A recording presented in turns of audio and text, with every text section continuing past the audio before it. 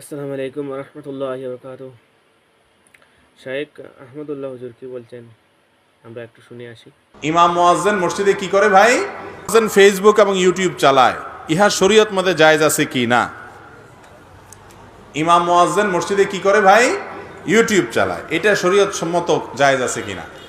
বা ইমাম মুয়াজ্জিনের কথা কেন আসলো বলেন তো? মসজিদের মধ্যে ফেসবুক ইউটিউব চালানো জায়েজ আছে কিনা এই প্রশ্ন তো মুসল্লিদের জন্য প্রযোজ্য না, ইমাম মুয়াজ্জিনের জন্য আলাদা কোনো বিধান আছে কি বলেন?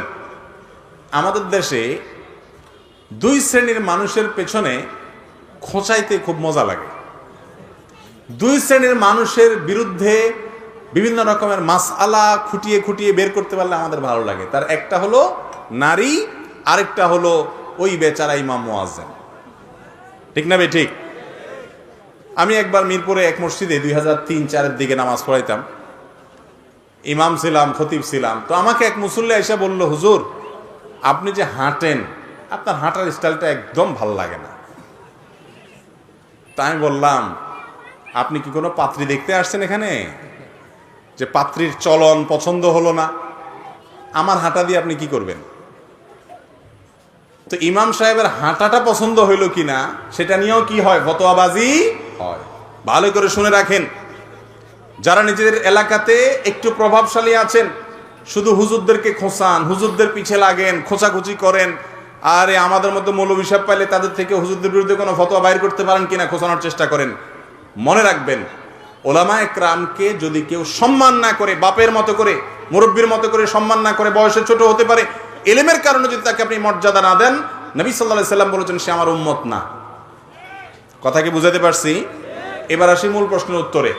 ইউটিউব, ফেসবুক মসজিদে চালানো জায়েজ আছে কিনা? যেটা বাহিরে চালানো জায়েজ সেটা ভিতরে চালানো জায়েজ, যেটা বাহিরে চালানো না জায়েজ সেটা ভিতরে চালানো না জায়েজ। এটা হলো শ্লীলতা আর অশ্লীলতার কথা বলেছি।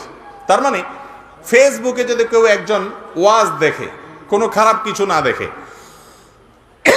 তাহলে এটা বাহিরেও জায়েজ আছে, মসজিদেও কি আছে? জায়েজ আছে। যদি কোনো অশ্লীল কিছু দেখে, খারাপ কোনো কিছু দেখে, সেটা বাহিরেও হারাম, মসজিদে দেখাও। কথা কি বুঝাতে পারছি? বাহিরে যেটা দেখা নিষেধ সেটা মসজিদেও দেখা যাবে না। তবে হ্যাঁ, ফেসবুক, ইউটিউব এগুলো চালাইলে আশেপাশে অ্যাড আছে, খারাপ জিনিস নিজে না চাইলেও অনেক সময় চলে আসে, মিউজিক বা বেজে উঠে, অনেক সময় আশেপাশে মুসল্লিদের ব্যাঘাত হতে পারে। সবচেয়ে বড় কথা হলো আল্লাহর ঘরের প্রতি এটা অসম্মান হয়। বাহিরে যতটুকু সতর্ক থাকবেন, ভেতরে আরো বেশি সতর্ক থাকতে হবে আল্লাহর ঘরের প্রতি সম্মান দেখানোর জন্য, আদব এবং শিষ্টাচারের জন্য। আর সেই কারণে মসজিদের মধ্যে এই সব জিনিস না চালানোটাই হলো তাকওয়ার দাবি। তবে যদি ভালো কিছু কেউ দেখে এবং তার দায়িত্বে দেখে, কোনো খারাপ কিছু আসবে না, সে জানে, তার নিউজ ফিডে কি আসে না আসে সে জানে, মুখস্থ সে। সাধারণত খারাপ জিনিস তার নিউজ ফিডে আসে যে খারাপ জিনিসে ক্লিক করে, যে খারাপ জিনিসে কখনো ক্লিক করে না তার কাছে এগুলো আসে না, এটাই সিস্টেম। তারপরেও মসজিদে এগুলো চালানোটা, মসজিদের যে রোগ, মসজিদের যে আপনার মসজিদের যে ভাব গাম্ভীর্য, তার সাথে এটা যায় না, আল্লাহর ঘরের সাথে এটা যায় না। এই জন্য এটা না করাই হলো উচিত এবং কর্তব্য। তবে হ্যাঁ, কেউ যদি পিওর কোনো ভালো জিনিস দেখে তাহলে সে গুনাহ করছে এটা বলা যাবে না। অনেকে কোরআন তেলাওয়াত করে মোবাইলে, অনেক মুরব্বী আসে বুঝে না তো যে মোবাইলে কোরআন তেলাওয়াত করা যায়, আইসা দেয় ধমক, বেটা করস কি মোবাইল নিয়ে মসজিদে? বেচারা হয়তো কোরআন শরীফ পড়তেছে। এরকম হয় কি হয় না? তো এই জন্য কে কি করতেছে মোবাইলে সেটা হলো মূল বিষয়।